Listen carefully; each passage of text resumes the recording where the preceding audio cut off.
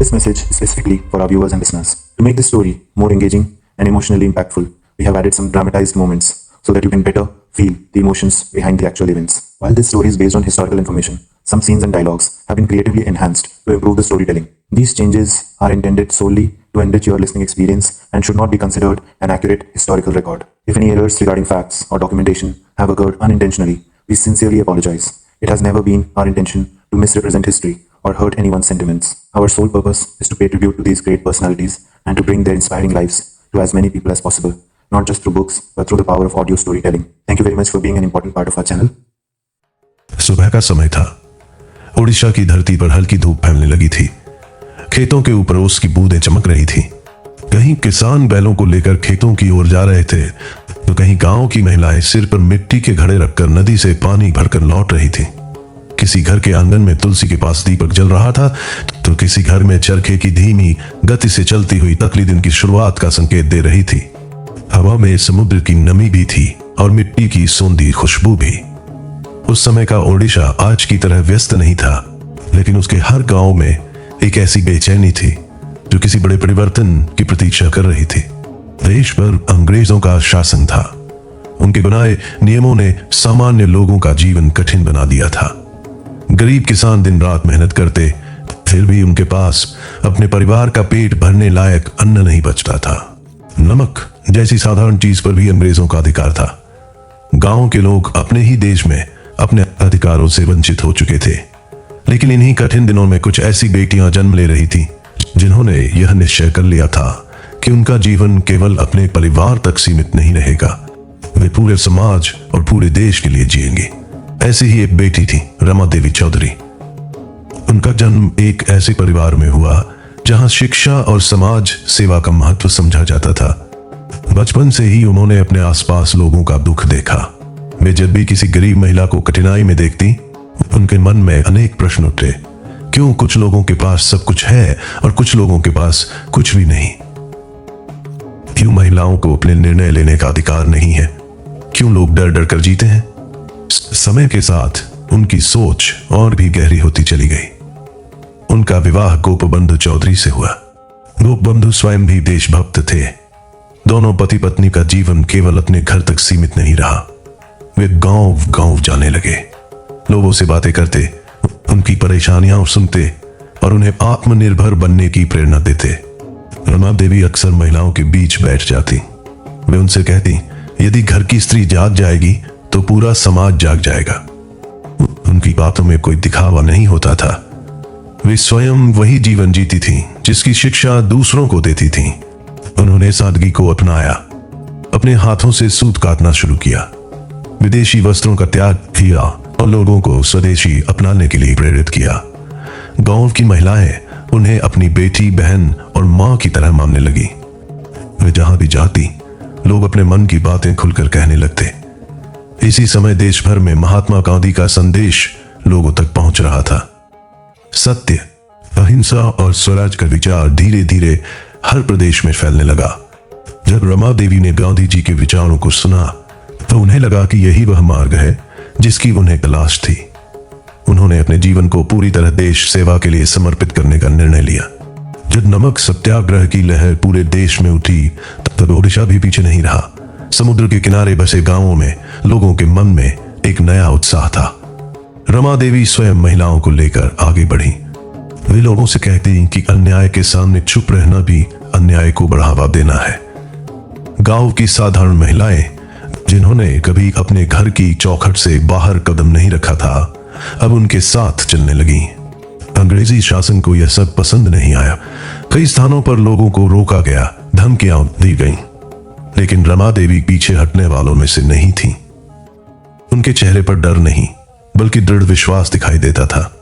वे कहती, जिस देश की बेटियां खड़ी हो जाएं, उस देश को कोई अधिक समय तक गुलाम नहीं रख सकता। इन्हीं दिनों उनकी मुलाकात अनेक ऐसे लोगों से हुई जो समाज को बदलने का सपना देख रहे थे। उनमें एक नाम था मालती चौधरी का। मालती चौधरी का जीवन भी साधारण नहीं था। बचपन से ही उनमें सीखने की तीव्र इच्छा थी। वे पढ़ाई में आगे थीं और समाज की समस्याओं को समझना चाहती थी। समय के साथ उनका संपर्क ऐसे विचारों से हुआ जो मनुष्य को समानता, सेवा और स्वतंत्रता का मार्ग दिखाते थे। बाद में उनका विवाह नवकृष्ण चौधरी से हुआ, जो आगे चलकर ओडिशा के प्रमुख जननेताओं में गिने गए। लेकिन मालती देवी ने कभी अपनी पहचान केवल किसी की पत्नी के रूप में नहीं बनाई। उन्होंने अपनी अलग राह चुनी। वे गांवों में जाकर लोगों को शिक्षित करने लगी। उनका मानना था कि केवल राजनीतिक स्वतंत्रता पर्याप्त नहीं होगी। यदि समाज अशिक्षित रहेगा, यदि महिलाएं आगे नहीं बढ़ेंगी और यदि गरीबों को सम्मान नहीं मिलेगा, तो स्वतंत्रता अधूरी रह जाएगी। वे बच्चों के बीच बैठती, उन्हें पढ़ाती, महिलाओं को स्वच्छता, शिक्षा और आत्मविश्वास का महत्व समझाती। उनके शब्दों में अपनापन होता था। वे किसी बड़े नेता की तरह नहीं, बल्कि एक परिवार के सदस्य की तरह लोगों से मिलती थी। जब रमा देवी और मालती चौधरी की मुलाकात हुई तो दोनों ने महसूस किया कि उनका लक्ष्य एक ही है। दोनों ने मिलकर अनेक गांवों में महिला जागरण का कार्य शुरू किया। वे पैदल लंबी यात्राएं करती, कभी धूल भरे रास्तों से गुजरती, कभी नदी पार करती, तो कभी किसी छोटे से गांव में रात बिताती। वहां वे लोगों के बीच बैठकर बातें करती। कोई महिला अपनी बेटी की पढ़ाई की चिंता बताती, कोई किसान अपने कर्ज का दुख सुनाता, तो कोई बूढ़ी मां अपने बेटे की जेल की खबर सुनाकर रो पड़ती। दोनों धैर्य से सबकी बातें सुनती और उन्हें हिम्मत देती। धीरे धीरे उड़ीसा के अनेक गांवों में परिवर्तन दिखाई देने लगा। चरखे फिर से चलने लगे। विदेशी कपड़ों की जगह खादी आने लगी। महिलाएं घरों से निकलकर समाज के कामों में भाग लेने लगी।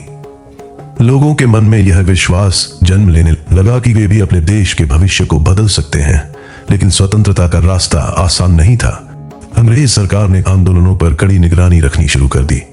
अनेक कार्यकर्ताओं को गिरफ्तार किया जाने लगा। जेल की यातनाएं सामान्य बात बन चुकी थी। फिर भी इन महिलाओं का साहस कम नहीं हुआ। वे जानती थीं कि त्याग के बिना कोई बड़ा परिवर्तन संभव नहीं होता।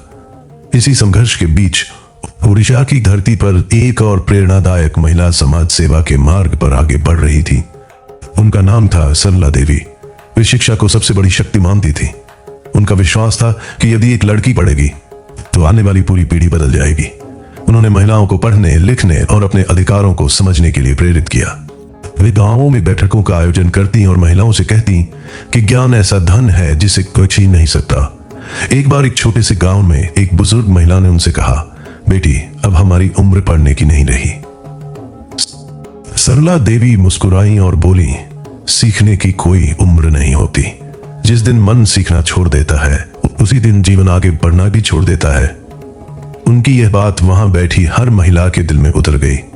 अगले ही दिन कई महिलाएं अपने बच्चों के साथ अक्षर सीखने आ गईं। किसी ने पहली बार अपना नाम लिखना सीखा, तो किसी ने पहली बार पत्र पढ़ा। वह केवल शिक्षा नहीं थी, बल्कि आत्मविश्वास का जन्म था। धीरे धीरे इन महिलाओं का कार्य केवल स्वतंत्रता आंदोलन तक सीमित नहीं रहा। वे समाज के हर उस व्यक्ति तक पहुंचना चाहती थीं जिसे सहायता की आवश्यकता थी। उन्हें विश्वास था कि एक मजबूत राष्ट्र केवल राजनीतिक आजादी से नहीं, बल्कि जागरूक और शिक्षित समाज से बनता है। ओडिशा की धरती अब बदल रही थी। गांवों में आशा की नई किरण दिखाई देने लगी थी। लेकिन आने वाले दिनों में संघर्ष और भी कठिन होने वाला था। इसी संघर्ष में कुछ और बेटियां आगे आएंगी, जिनमें किरण बाला सेन, अन्नपूर्णा देवी मोहना और सबसे कम उम्र में सेवा का प्रतीक बनने वाली पार्वती गिरी भी शामिल होंगी। उनकी यात्राएं भी इसी बदलते हुए ओडिशा की कहानी का ऐसा अध्याय बनेंगी जिसे समय कभी भुला नहीं सकेगा। और ओडिशा की धरती पर बदलाव की वह लहर अब केवल कुछ शहरों तक सीमित नहीं रही। वह धीरे धीरे छोटे छोटे गांवों, नदी किनारे बसे घरों, जंगलों के पास रहने वाले परिवारों और दूर दराज के उन इलाकों तक पहुंचने लगी जहां वर्षों से किसी ने लोगों की परेशानियों को सुनने की कोशिश ही नहीं की थी। रमा देवी और मालती चौधरी अक्सर सुबह सूरज निकलने से पहले ही अपनी यात्रा शुरू कर देती थी। उनके पास न कोई बड़ा काफिला होता था और न ही किसी प्रकार का दिखावा। उनके साथ कुछ कार्यकर्ता होते, हाथ में खादी का झोला होता और मन में केवल एक ही उद्देश्य होता कि जहां तक संभव हो सके लोगों के जीवन में आशा की एक नई किरण पहुंचाई जाए।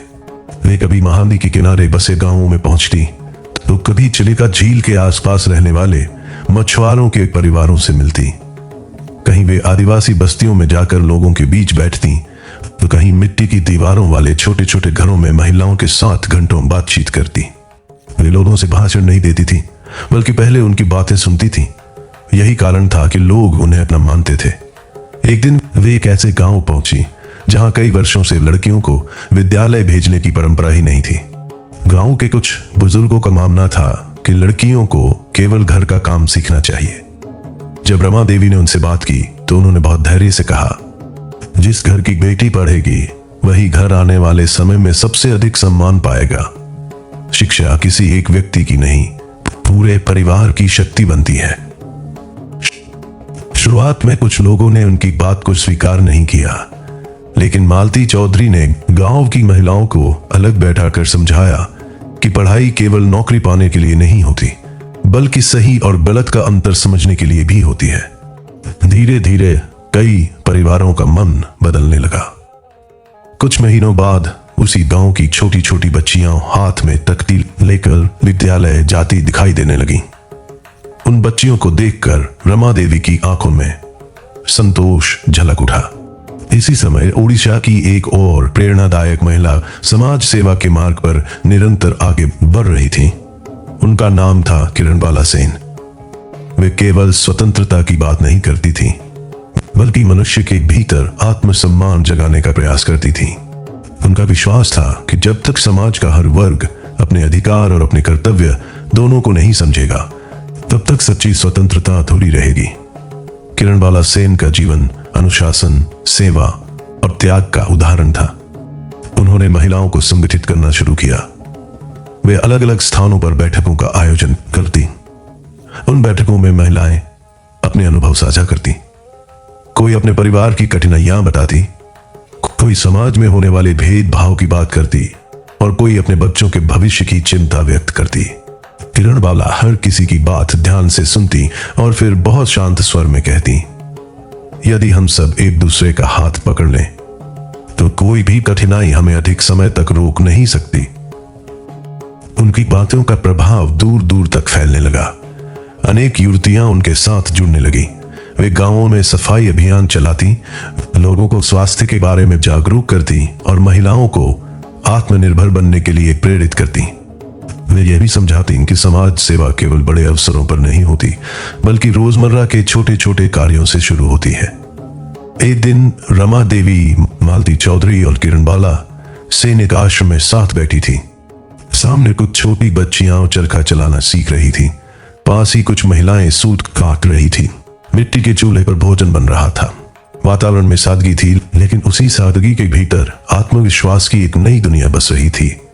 रमा देवी ने मुस्कुराते हुए कहा, आज इन बच्चियों को देखकर लगता है कि हमारा संघर्ष केवल आज के लिए नहीं है, आने वाली पीढ़ियां भी इसका फल पाएंगी। मालती चौधरी ने उत्तर दिया, जब समाज स्वयं बदलने का निर्णय ले लेता है तब कोई शक्ति उसे रोक नहीं सकती। किरणबाला सेन ने उन दोनों की ओर देखते हुए कहा, हम सब अलग अलग रास्तों से चले हैं, लेकिन मंजिल एक ही है।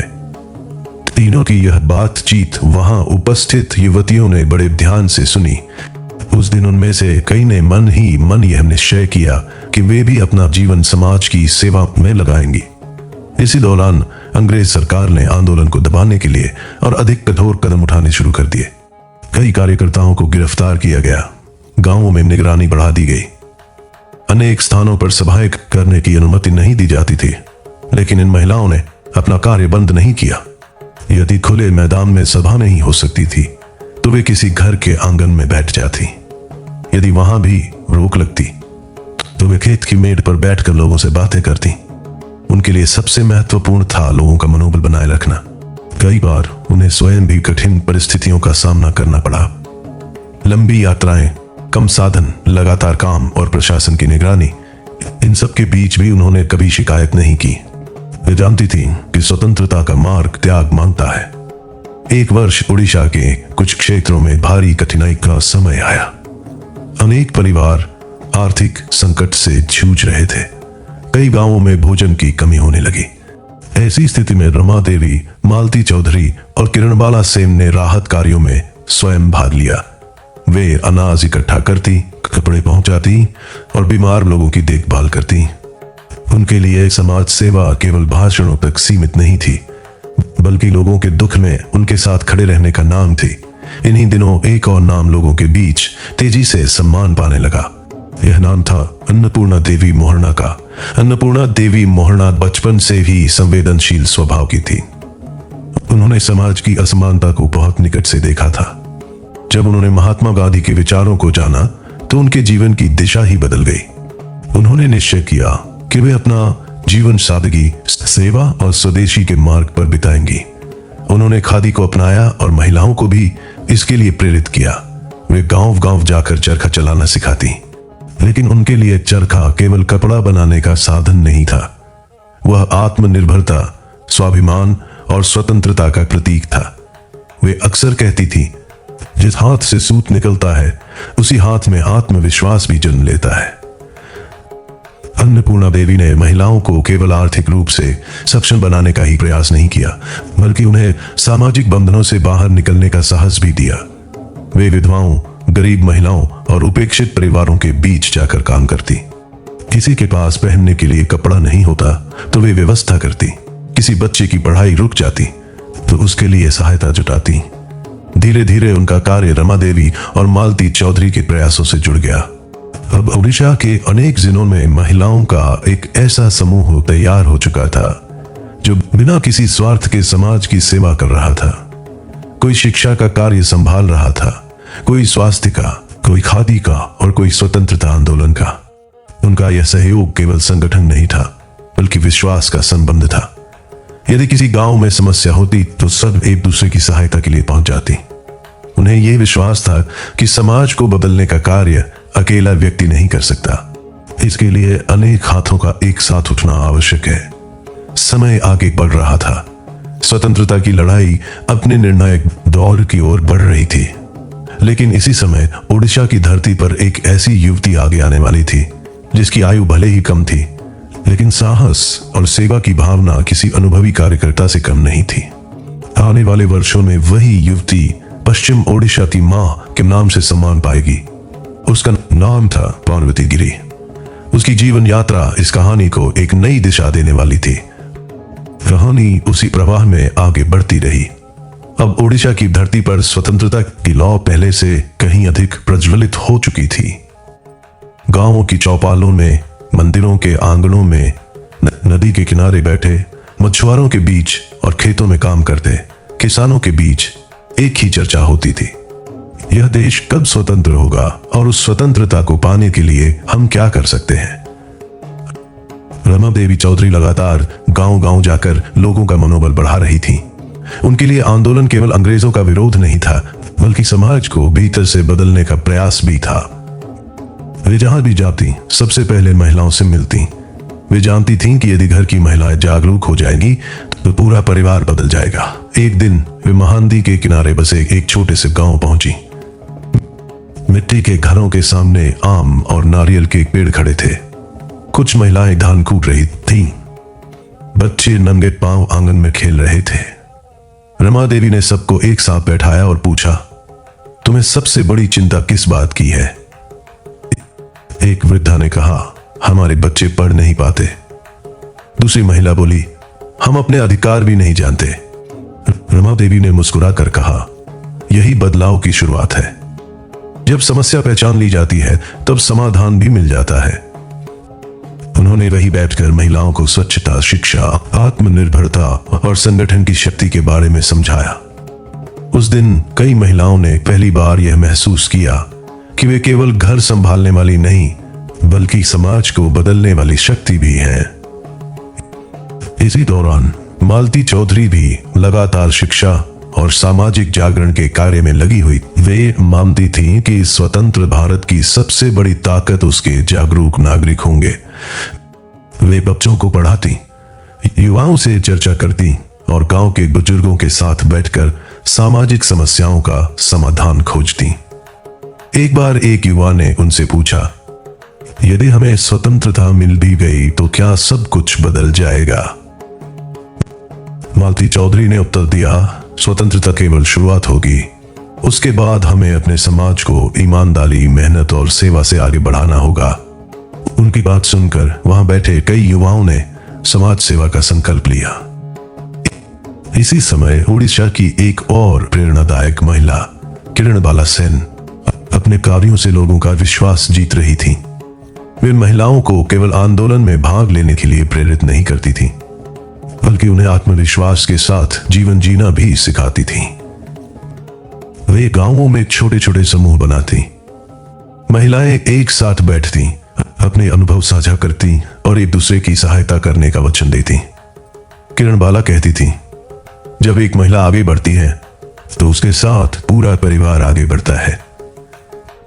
उनकी मेहनत का परिणाम यह हुआ कि अनेक गांवों में महिलाएं स्वयं सफाई अभियान चलाने लगी, बच्चों की पढ़ाई पर ध्यान देने लगी और सामाजिक बुराइयों के विरुद्ध आवाज उठाने लगी। इसी बीच अन्नपूर्णा देवी मोहरणा का कार्य भी तेजी से फैल रहा था। उन्होंने महात्मा गांधी के स्वदेशी और आत्मनिर्भरता के विचारों को पूरे मन से अपनाया था। उनके हाथों में चरखा केवल सूत नहीं काटता था, बल्कि लोगों के भीतर आत्मसम्मान भी जगाता था। वे अक्सर महिलाओं से कहती, यदि हम अपने हाथों से काम करेंगे तो किसी के सामने हाथ फैलाने की आवश्यकता नहीं पड़ेगी। वे गांव गांव जाकर चरखा चलाना सिखाती। कई गरीब परिवारों की महिलाओं को इससे आय का साधन मिला। धीरे धीरे खादी केवल वस्त्र नहीं रही, बल्कि आत्मनिर्भर भारत का प्रतीक बन गई। रमा देवी, मालती चौधरी, किरणबाला सेन और अन्नपूर्णा देवी मोहरणा कई बार एक साथ बैठकर आगे की योजनाएं बनाती थीं। वे चर्चा करती कि किन गांवों में विद्यालय खोलने की आवश्यकता है, कहां महिलाओं के लिए प्रशिक्षण देना चाहिए और किन परिवारों को तुरंत सहायता की जरूरत है। उनके बीच कभी पद या प्रसिद्धि की बात नहीं होती थी। सबके मन में केवल एक ही लक्ष्य था, समाज की सेवा और देश की स्वतंत्रता। उधर पश्चिम उड़ीसा की धरती पर एक किशोरी अपने भीतर सेवा और साहस का अद्भुत संगम लेकर आगे बढ़ रही थी। वह थी पार्वती गिरी। कम आयु में ही उन्होंने देखा कि अंग्रेजी शासन के कारण कितने परिवार दुख झेल रहे हैं। उन्होंने निश्चय किया कि वे भी स्वतंत्रता आंदोलन में भाग लेंगी। उम्र छोटी थी, लेकिन हिम्मत बहुत बड़ी। वे गांव गांव जाकर लोगों तक संदेश पहुंचाती। कई बार उन्हें पैदल लंबी दूरी तय करनी पड़ती, कभी घने जंगलों के रास्ते, कभी उबड़ खाबड़ पगडंडियां और कभी तेज धूप में भी वे बिना थके आगे बढ़ती रहती। एक दिन एक वृद्ध किसान ने उनसे पूछा, बेटी, क्या तुम्हें डर नहीं लगता? पार्वती मुस्कुराई और बोली, डर तो लगता है, लेकिन देश से बड़ा कोई डर नहीं होता। यदि हम आज पीछे हट गए तो आने वाली पीढ़ियां हमें कभी माफ नहीं करेंगी। उनके शब्दों में ऐसी सच्चाई थी कि आसपास खड़े लोग भावुक हो उठे। कुछ समय बाद आंदोलन और तेज हो गया। अंग्रेज सरकार ने अनेक कार्यकर्ताओं को गिरफ्तार करना शुरू कर दिया। पार्वती गिरी भी गिरफ्तार कर ली गई। इतनी कम उम्र में जेल जाना किसी भी परिवार के लिए कठिन था, लेकिन उन्होंने हिम्मत नहीं छोड़ी।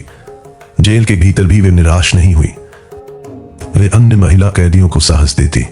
कोई रोकता तो उसे समझाती, कोई निराश होता तो उसे भविष्य की आशा दिखाती। जब उनकी गिरफ्तारी की खबर रमा देवी तक पहुंची तो उन्होंने कहा, यह हमारी बेटी है। इसकी उम्र छोटी हो सकती है, लेकिन इसका साहस बहुत बड़ा है। रमा देवी ने उन सभी परिवारों की सहायता की जिनके सदस्य जेल में थे। वे बच्चों की पढ़ाई का ध्यान रखती, महिलाओं को हिम्मत देती और लोगों को यह विश्वास दिलाती कि उनका त्याग व्यर्थ नहीं जाएगा। इसी दौरान ओडिशा के कुछ क्षेत्रों में बाढ़ और कठिन परिस्थितियां उत्पन्न हो गई। गांवों के रास्ते टूट गए, कई घरों में खाने के लिए अन्न नहीं बचा। ऐसे समय में इन सभी महिलाओं ने आंदोलन से भी पहले मानव सेवा को महत्व दिया। वे नावों में बैठकर राहत सामग्री पहुंचाती, कहीं बीमार बच्चों के लिए दवा ले जाती, कहीं बुजुर्गों के लिए भोजन की व्यवस्था करती। मिट्टी और पानी से भरे रास्तों पर घंटों चलने के बाद भी उनके चेहरे पर थकान से अधिक संतोष दिखाई देता था। एक गांव में एक बुजुर्ग महिला ने रमा देवी का हाथ पकड़कर कहा, तुम हमारे लिए केवल नेता नहीं हो, हमारी अपनी बेटी हो। रमा देवी की आंखें नम हो गई। उन्होंने धीरे से कहा, यदि हम एक दूसरे का सहारा बन जाएं, तो कोई कठिन समय हमें हरा नहीं सकता। उस दिन वहां खड़े बच्चों ने पहली बार समझा कि सच्चा नेतृत्व आदेश देने में नहीं, बल्कि सबसे पहले स्वयं सेवा करने में होता है। धीरे धीरे स्वतंत्रता का स्वप्न साकार होने के और निकट आने लगा। लेकिन इन सभी महिलाओं के मन में एक ही विचार था कि स्वतंत्र भारत केवल झंडा फहराने से नहीं बनेगा। उसके लिए शिक्षा, समानता, सेवा, स्वावलंबन और मानवता की भावना को भी उतना ही मजबूत करना होगा। इसी सोच के साथ उन्होंने अपने संघर्ष को और व्यापक बना दिया। वे अब केवल स्वतंत्रता सेनानी नहीं थी, बल्कि समाज निर्माण की आधारशिला बन चुकी थी। आने वाला समय उनके जीवन की सबसे महत्वपूर्ण परीक्षाएं लेकर आने वाला था, जहां त्याग, सेवा और धैर्य की नई मिसालें पूरे ओडिशा को प्रेरणा देने वाली थी। स्वतंत्रता की लड़ाई अब अपने सबसे कठिन दौर में पहुंच चुकी थी। पूरे देश में एक नई चेतना जाग रही थी। ओडिशा के गांवों में भी लोग अब पहले जैसे भयभीत नहीं रहते थे। जहां पहले अंग्रेज अधिकारियों के आने की खबर सुनते ही लोग अपने घरों के दरवाजे बंद कर लेते थे, वहीं अब वे एक दूसरे का हाथ पकड़कर अन्याय के विरुद्ध खड़े होने लगे थे। यह परिवर्तन अचानक नहीं आया था। इसके पीछे वर्षों का त्याग, सेवा और जागरूकता थी, जिसे रमा देवी चौधरी, मालती चौधरी, किरणबाला सेन, अन्नपूर्णा देवी, मोहरणा, सरला देवी और पार्वती गिरी जैसी महिलाओं ने अपने जीवन से सींचा था। रमा देवी का जीवन दिन प्रतिदिन और अधिक व्यस्त होता जा रहा था।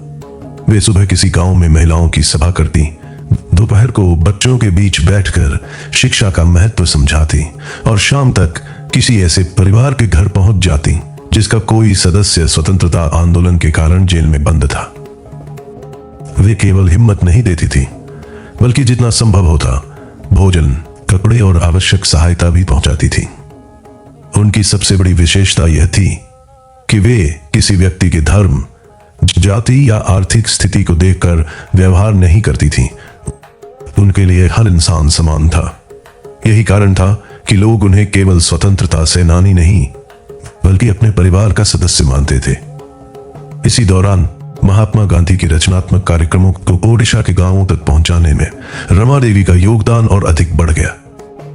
वे हरिजन सेवा, खादी, स्वच्छता, ग्राम सुधार और महिला शिक्षा को एक दूसरे से जुड़ा हुआ मानती थी। उनका कहना था, यदि गांव मजबूत होंगे तभी देश मजबूत होगा। एक दिन वे एक ऐसे गांव पहुंची जहां वर्षों से ऊंच नीच का भेदभाव गहरा था। कुछ परिवारों को मंदिर में प्रवेश तक नहीं करने दिया जाता था। रमा देवी ने गांव के सभी लोगों को एक साथ बुलाया। उन्होंने किसी पर आरोप नहीं लगाया। उन्होंने केवल इतना कहा, जिस ईश्वर ने हम सबको बनाया है वह किसी में भेद नहीं करता। यदि हम मनुष्य होकर भेद करेंगे तो समाज कभी आगे नहीं बढ़ पाएगा। उनकी शांत लेकिन दृढ़ बातों का लोगों पर गहरा प्रभाव पड़ा। धीरे धीरे उस गांव में बदलाव शुरू हुआ। वर्षों पुरानी दूरियां कम होने लगी। उधर मालती चौधरी ने अपने कार्य का दायरा और बढ़ा दिया। वे शिक्षा को केवल पुस्तकों तक सीमित नहीं मानती थी। उनका विश्वास था कि बच्चों को प्रकृति, श्रम, अनुशासन और समाज सेवा से भी सीखना चाहिए। इसी सोच के साथ उन्होंने शिक्षा और समाज सुधार को जोड़ने का प्रयास किया। वे कई स्थानों पर बच्चों के साथ पेड़ों की छाया में बैठकर पढ़ाती थी। कभी वे उन्हें इतिहास सुनाती, कभी देशभक्ति की कहानियां और कभी यह समझाती कि सच्चा नागरिक वही है जो अपने अधिकारों के साथ अपने कर्तव्यों को भी समझे। एक दिन एक बालक ने उनसे पूछा, क्या देश की सेवा केवल बड़े लोग ही कर सकते हैं? मालती चौधरी ने मुस्कुराते हुए उत्तर दिया, नहीं बेटा, यदि तुम अपने गांव को साफ रखते हो, अपने माता पिता का सम्मान करते हो, ईमानदारी से पढ़ते हो और किसी दुखी की सहायता करते हो, तो तुम भी देश की सेवा कर रहे हो। यह बात सुनकर वहां बैठे सभी बच्चे प्रसन्न हो गए। इसी बीच सरला देवी का कार्य भी निरंतर आगे बढ़ रहा था। वे विशेष रूप से महिलाओं और लड़कियों की शिक्षा पर ध्यान देती थी। उनका मानना था कि यदि किसी समाज की महिलाओं को शिक्षा और सम्मान मिल जाए तो उस समाज की आने वाली पीढ़ियां स्वयं बदल जाएंगी।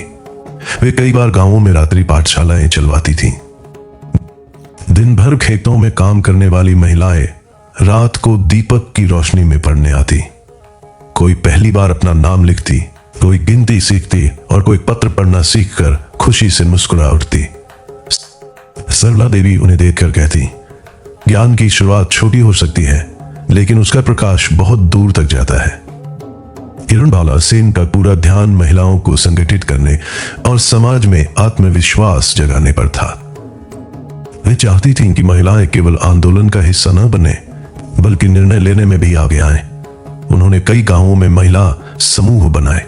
ये समूह मिलकर सफाई करते, जरूरतमंद परिवारों की सहायता करते, बीमारों की देखभाल करते और संकट के समय एक दूसरे का सहारा बनते। एक बार एक गांव में महामारी फैलने लगी। लोग भयभीत थे। ऐसे समय किरणबाला सेन ने स्वयं महिलाओं के साथ मिलकर सफाई अभियान चलाया। उन्होंने लोगों को साफ पानी, स्वच्छ भोजन और सावधानी का महत्व समझाया। धीरे धीरे स्थिति सुधरने लगी। अन्नपूर्णा देवी मोहना का जीवन भी लगातार सेवा में बीत रहा था। वे गांवों में खादी और ग्राम उद्योगों को बढ़ावा देती रहीं। वे महिलाओं को समझाती कि आत्मनिर्भर बनना केवल आर्थिक मजबूती नहीं, बल्कि आत्मसम्मान का मार्ग है। कई स्थानों पर उन्होंने महिलाओं को सूत काटना, कपड़ा बुनना और छोटे घरेलू उद्योग चलाना सिखाया। जिन महिलाओं के पास पहले कोई आय नहीं थी, वे अब अपने परिवार की सहायता करने लगी। उनके चेहरों पर आत्मविश्वास दिखाई देने लगा। उधर पार्वती गिरी अब और अधिक परिपक्व हो चुकी थी। जेल का अनुभव उन्हें और मजबूत बना चुका था। स्वतंत्रता आंदोलन के साथ साथ उन्होंने समाज सेवा को अपने जीवन का सबसे बड़ा उद्देश्य बना लिया। वे विशेष रूप से अनाथ बच्चों, गरीब परिवारों, बीमार लोगों और असहाय वृद्धों की सेवा करती थी। जहां किसी को सहारे की आवश्यकता होती, पार्वती वहां पहुंच जाती। धीरे धीरे लोग उन्हें केवल स्वतंत्रता सेनानी नहीं, बल्कि सेवा की प्रतिमूर्ति के रूप में देखने लगे। एक बार पश्चिम ओडिशा के एक गांव में भीषण सूखे की स्थिति उत्पन्न हो गई। खेत सूख गए थे, कुओं का पानी कम हो गया था। कई परिवारों के सामने भोजन का संकट खड़ा हो गया। यह समाचार मिलते ही रमा देवी, मालती चौधरी, अन्नपूर्णा देवी, किरणबाला सेन और पार्वती गिरी ने मिलकर राहत कार्य शुरू किया। उन्होंने अलग अलग क्षेत्रों से अन्न, कपड़े और आवश्यक सामग्री एकत्र की। कई दिनों तक वे स्वयं गांव-गांव जाकर लोगों तक सहायता पहुंचाती रहीं। एक छोटी बच्ची कई दिनों से बीमार थी। उसके माता पिता के पास दवा खरीदने के पैसे नहीं थे। पार्वती गिरी ने स्वयं उसकी देखभाल की व्यवस्था कराई। जब वह बच्ची धीरे धीरे स्वस्थ होने लगी, तो उसकी मां ने आंसू भरी आंखों से कहा, आज आपने केवल मेरी बेटी को नहीं बचाया, मेरे पूरे परिवार को जीने की आशा दी है। यह सुनकर वहां उपस्थित सभी लोगों की आंखें नम हो गईं। इन महिलाओं का जीवन अब लोगों के लिए प्रेरणा बन चुका था। वे किसी सम्मान, पद या प्रसिद्धि की इच्छा से काम नहीं कर रही थी। उनका सबसे बड़ा पुरस्कार लोगों के चेहरे पर लौटती मुस्कान थी। इसी बीच पूरे देश में स्वतंत्रता की आहट स्पष्ट सुनाई देने लगी। लोगों को विश्वास होने लगा कि वर्षों का संघर्ष अब रंग लाने वाला है। लेकिन इन सभी महिलाओं ने अपने साथियों से कहा, स्वतंत्रता मिल जाने के बाद भी हमारा कार्य समाप्त नहीं होगा।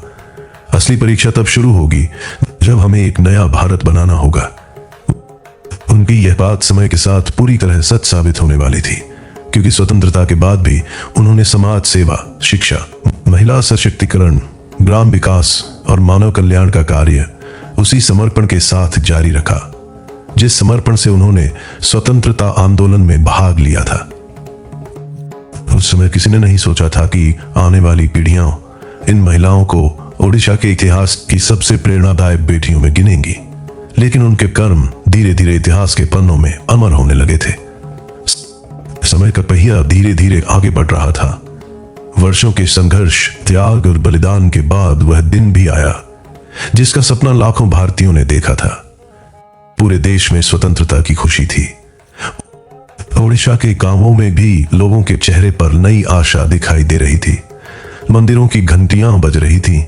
गांव के चौक में लोग एक दूसरे को बधाई दे रहे थे और बच्चों की आंखों में एक नए भविष्य के सपने थे। लेकिन रमा देवी चौधरी ने उस दिन अपने साथियों से बहुत शांत स्वर में कहा, आज हमने स्वतंत्रता प्राप्त की है, लेकिन अब हमें ऐसा भारत बनाना है जहां कोई भूखा न रहे, कोई अशिक्षित न रहे और किसी के साथ अन्याय न हो। उनके इन शब्दों ने सबको सोचने पर मजबूर कर दिया। अधिकांश लोग उत्सव मना रहे थे, लेकिन रमा देवी पहले ही अगले कार्य की तैयारी कर चुकी थी। स्वतंत्रता के बाद उन्होंने अपना पूरा ध्यान समाज सेवा पर केंद्रित कर दिया। वे गांवों में जाती, महिलाओं को आत्मनिर्भर बनने के लिए प्रेरित करती, हरिजन बस्तियों में जाकर लोगों के बीच बैठती और समाज में समानता का संदेश फैलाती। उन्होंने ये कभी नहीं माना कि स्वतंत्रता केवल शहरों तक सीमित रहनी चाहिए। वे चाहती थीं कि उसका वास्तविक लाभ सबसे अंतिम व्यक्ति तक पहुंचे। एक दिन वे एक दूरस्थ गांव पहुंची। वहां की एक वृद्ध महिला ने कहा, बेटी, अब तो देश आजाद हो गया है, तुम अभी भी इतनी मेहनत क्यों कर रही हो? रमा देवी ने मुस्कुराते हुए उत्तर दिया, जब तक इस देश का हर परिवार सम्मान के साथ जीना नहीं सीखता, तब तक हमारा काम पूरा नहीं होगा। उनकी ये बात सुनकर वहां बैठे सभी लोग शांत हो गए। उन्हें समझ में आने लगा कि सच्ची सेवा कभी समाप्त नहीं होती। उधर मालती चौधरी भी स्वतंत्र भारत के निर्माण में पूरी निष्ठा से जुट गई। उन्होंने शिक्षा, ग्राम विकास और सामाजिक समानता के लिए अपने प्रयास और तेज कर दिए। उनका विश्वास था कि यदि ग्रामीण भारत मजबूत होगा, तभी पूरा देश आगे बढ़ेगा। वे अक्सर युवाओं के बीच बैठती और कहती, अब हमें शिकायत करने के बजाय जिम्मेदारी निभानी होगी। देश हमारा है, इसलिए इसकी प्रगति भी हमारी जिम्मेदारी है। उनकी बातों का गहरा प्रभाव पड़ता। अनेक युवक युवतियां समाज सेवा के कार्यों से जुड़ने लगे। कहीं पुस्तकालय खोले गए, कहीं छोटे विद्यालय शुरू हुए और कहीं युवाओं ने स्वयं सफाई अभियान चलाना प्रारंभ कर दिया। सरला देवी ने महिलाओं की शिक्षा को अपने जीवन का सबसे बड़ा अभियान बना लिया। वे मानती थीं कि स्वतंत्र भारत तभी आगे बढ़ेगा जब हर बेटी पढ़ेगी। उन्होंने अनेक स्थानों पर महिलाओं के लिए शिक्षा और जागरूकता के कार्यक्रम चलाए। एक गांव में उन्होंने देखा कि कई महिलाएं अपना नाम तक नहीं लिख सकती थीं। उन्होंने वहीं एक छोटी पाठशाला शुरू करवाई। शाम को खेतों का काम समाप्त होने के बाद महिलाएं दीपक की रोशनी में पढ़ने आने लगी। कुछ महीनों बाद जब उन्हीं महिलाओं ने पहली बार अपने नाम लिखे तो उनके चेहरों की खुशी देखने लायक थी। सरला देवी ने कहा, आज केवल अक्षर नहीं लिखे गए हैं, आज आत्मविश्वास लिखा गया है। किरण बाला सेन ने स्वतंत्रता के बाद महिला संगठनों को और अधिक मजबूत बनाने का कार्य किया। वे चाहती थीं कि महिलाएं केवल अपने परिवार तक सीमित न रहें, बल्कि समाज के निर्णयों में भी भाग लें। उन्होंने कई स्थानों पर महिलाओं को नेतृत्व का प्रशिक्षण दिया। वे उन्हें समझाती कि समाज की समस्याओं का समाधान तभी होगा जब महिलाएं भी आगे बढ़कर अपनी बात रखेंगी। धीरे धीरे अनेक महिलाएं स्थानीय स्तर पर समाज सेवा और जन कल्याण के कार्यों में सक्रिय होने लगी। अन्नपूर्णा देवी मोहना ने खादी, ग्राम उद्योग और स्वावलंबन के कार्य को कभी नहीं छोड़ा। वे लगातार गांवों में जाती रहीं। उन्होंने अनेक गरीब परिवारों को अपने पैरों पर खड़ा होने में सहायता की। उनका विश्वास था कि दान से अधिक महत्वपूर्ण है किसी व्यक्ति को आत्मनिर्भर बनाना। वे अक्सर कहती थीं, जिस दिन किसी परिवार को अपनी मेहनत पर भरोसा हो जाएगा, उसी दिन उसकी सबसे बड़ी गरीबी समाप्त हो जाएगी। उनके मार्गदर्शन से अनेक महिलाओं ने छोटे छोटे उद्योग शुरू किए। किसी ने सूत काटना शुरू किया, किसी ने बुनाई सीखी और किसी ने हस्तशिल्प का कार्य अपनाया। इससे परिवारों की आर्थिक स्थिति धीरे धीरे सुधरने लगी। उधर पार्वती गिरी का जीवन पूरी तरह सेवा के लिए समर्पित हो चुका था। स्वतंत्रता के बाद उन्होंने सबसे अधिक समय गरीब, अनाथ और असहाय लोगों की सेवा में लगाया। वे गांव-गांव जाकर बच्चों की शिक्षा, स्वास्थ्य और भोजन की व्यवस्था करने का प्रयास करती। कई स्थानों पर उन्होंने ऐसे बच्चों को आश्रय दिलाया जिनके माता पिता अब इस दुनिया में नहीं थे। वृद्ध लोगों के लिए उन्होंने सेवा के अनेक कार्य किए। उनकी करुणा इतनी गहरी थी कि लोग उन्हें स्नेहपूर्वक पश्चिम ओडिशा की मां कहने लगे। एक बार वे एक छोटे से गांव में पहुंची जहां एक वृद्ध दंपति बिल्कुल अकेले रह रहे थे। उनका कोई सहारा नहीं था। पार्वती गिरी कई दिनों तक उनके पास रहीं। उन्होंने उनके रहने, खाने और उपचार की व्यवस्था कराई। विदा लेते समय वह वृद्ध महिला उनका हाथ पकड़कर रो पड़ी और बोली, बेटी, भगवान ने हमें संतान नहीं दी, लेकिन तुम्हें भेजकर हमारी कमी पूरी कर दी। पार्वती ने विनम्रता से कहा, यदि हम एक दूसरे का परिवार बन जाए तो इस दुनिया में कोई अकेला नहीं रहेगा।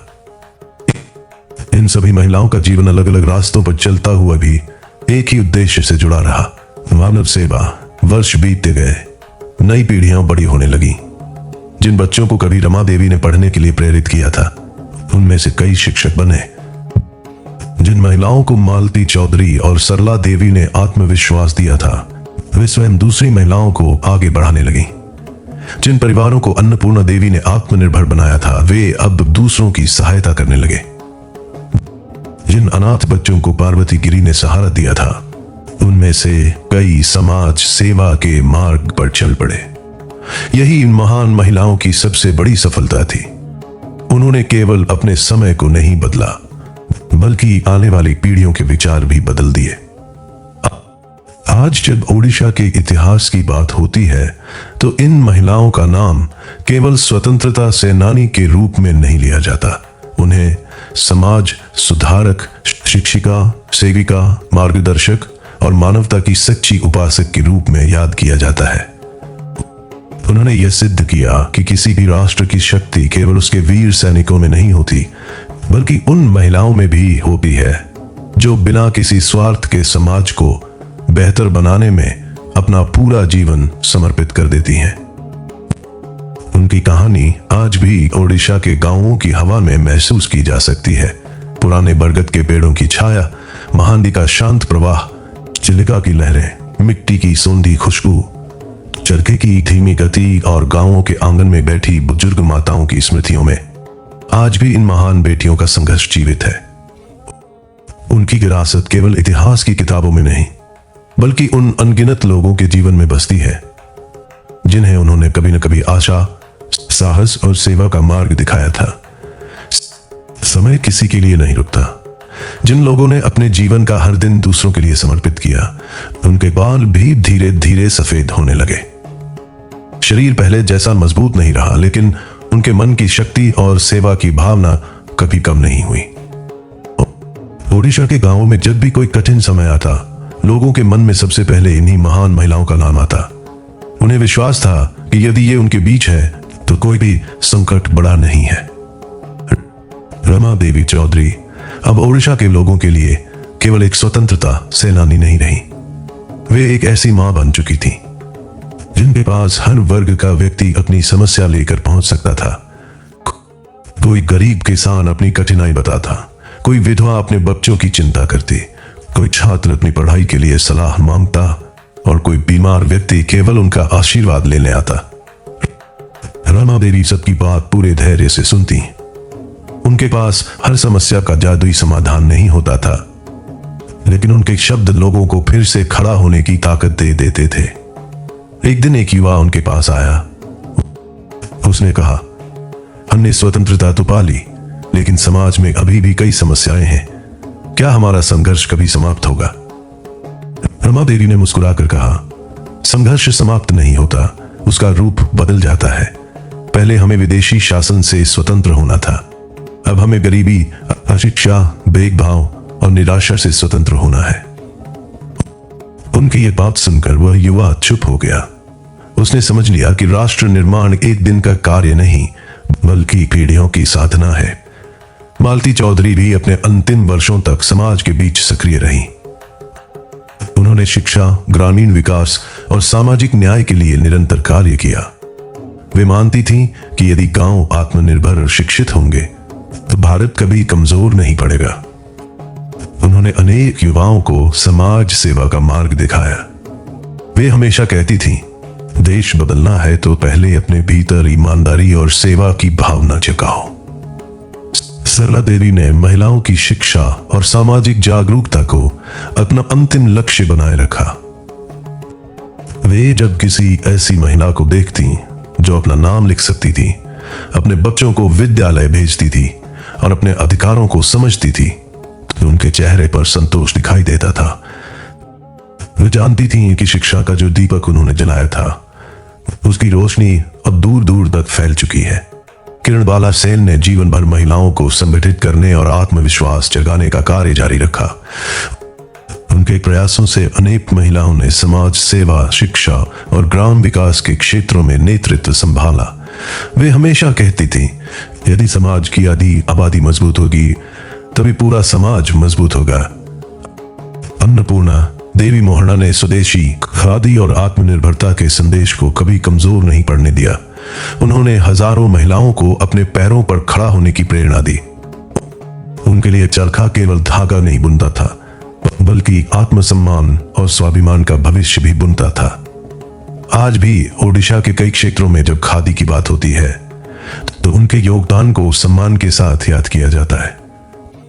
पार्वती गिरी ने अपना पूरा जीवन गरीबों, अनाथ बच्चों, बीमारों और असहाय लोगों की सेवा में लगा दिया। उन्होंने कभी अपने लिए कुछ नहीं मांगा। लोगों का दुख ही उनका दुख था और लोगों की खुशी ही उनकी सबसे बड़ी खुशी। पश्चिम ओडिशा के अनेक गांवों में आज भी बुजुर्ग लोग उनके बारे में श्रद्धा से बताते हैं कि वे बिना किसी भेदभाव के हर जरूरतमंद के पास पहुंच जाती थीं। इसी निस्वार्थ सेवा के कारण लोगों ने उन्हें प्रेम से पश्चिम ओडिशा की मां कहा। समय के साथ इन महान महिलाओं की आयु बढ़ती गई, लेकिन उनके विचार और कार्य आने वाली पीढ़ियों में जीवित रहने लगे। जिन बच्चों को उन्होंने पढ़ने के लिए प्रेरित किया था, वे आगे चलकर शिक्षक, समाज सेवी, चिकित्सक और ईमानदार नागरिक बने। जिन महिलाओं को उन्होंने आत्मविश्वास दिया था, वे अपने गांवों की प्रेरणा बन गईं। जिन गरीब परिवारों को उन्होंने सहारा दिया था, वे आगे चलकर दूसरों की सहायता करने लगे। एक दिन ओडिशा के एक विद्यालय में बच्चों से पूछा गया, सच्चा देशभक्त कौन होता है? एक बच्चे ने उत्तर दिया, जो अपने देश के लिए लड़ता है। दूसरे ने कहा, जो अपने देश की रक्षा करता है। तभी एक वृद्ध शिक्षक मुस्कुराए और बोले, और जो बिना किसी स्वार्थ के अपने लोगों की सेवा करता है, वह भी उतना ही बड़ा देशभक्त होता है। रमा देवी, मालती चौधरी, सरला देवी, किरणबाला सेन, अन्नपूर्णा देवी मोहना और पार्वती गिरी ने हमें यही सिखाया है। पूरा कक्ष शांत हो गया। बच्चों की आंखों में सम्मान झलक रहा था। आज भी यदि कोई ओडिशा के पुराने गांवों में जाए, महानदी के तट पर बैठे किसी बुजुर्ग से बात करे, चिलिका के आसपास रहने वाले लोगों की स्मृतियां सुने, या पश्चिम ओडिशा के किसी छोटे गांव में सेवा की परंपरा को देखे, तो इन महान महिलाओं के कार्यों की झलक मिल जाती है। उन्होंने इतिहास की किताबों में अपना नाम लिखवाने के लिए काम नहीं किया था। उन्होंने इंसानों के दिलों में जगह बनाने के लिए जीवन जिया था। उनका संघर्ष हमें सिखाता है कि साहस केवल युद्ध के मैदान में नहीं दिखता, बल्कि तब भी दिखता है जब कोई महिला समाज की पुरानी गलत परंपराओं के विरुद्ध खड़ी होती है। सेवा केवल दान देने का नाम नहीं है, बल्कि किसी दुखी व्यक्ति का हाथ पकड़कर उसे फिर से जीने का विश्वास देने का नाम है। शिक्षा केवल अक्षर सीखना नहीं है, बल्कि मनुष्य को जागरूक और जिम्मेदार बनाना है। और स्वतंत्रता केवल एक ऐतिहासिक घटना नहीं, बल्कि हर पीढ़ी की जिम्मेदारी है। जब भी भारत के स्वतंत्रता संग्राम की चर्चा होगी, ओडिशा की इन महान बेटियों का योगदान हमेशा सम्मान के साथ लिया जाएगा। उन्होंने यह सिद्ध किया कि इतिहास केवल तलवार चलाने वालों से नहीं बनता, बल्कि उन लोगों से भी बनता है जो प्रेम, सेवा, शिक्षा, त्याग और मानवता के बल पर पूरे समाज की दिशा बदल देते हैं। आज हमारी जिम्मेदारी है कि हम उनके जीवन से प्रेरणा लें, अपने आसपास किसी जरूरतमंद की सहायता करें, बेटियों की शिक्षा को महत्व दें, समाज में समानता का सम्मान करें और अपने देश के प्रति ईमानदारी से अपना कर्तव्य निभाएं। यही उनके प्रति सच्ची श्रद्धांजलि होगी। ओडिशा की मिट्टी आज भी उनकी स्मृतियों को अपने भीतर संजोए हुए है। महानदी की धारा आगे बढ़ती रहती है, चिलिका की लहरें किनारों को छूती रहती हैं, गांवों के पुराने बरगद आज भी छाया देते हैं और समय आगे निकलता जाता है। लेकिन सेवा, त्याग, साहस और मानवता की जो ज्योति इन महान महिलाओं ने अपने जीवन से प्रज्वलित की, वह कभी बुझने वाली नहीं है। आने वाली पीढ़ियां भी उसी प्रकाश से अपना मार्ग खोजती रहेंगी और यही उनके अमर जीवन की सबसे बड़ी पहचान रहेगी। यही ओडिशा की उन महान बेटियों की सच्ची कहानी है, जिन्होंने अपने लिए नहीं, बल्कि पूरे समाज और पूरे भारत के लिए जीवन जिया।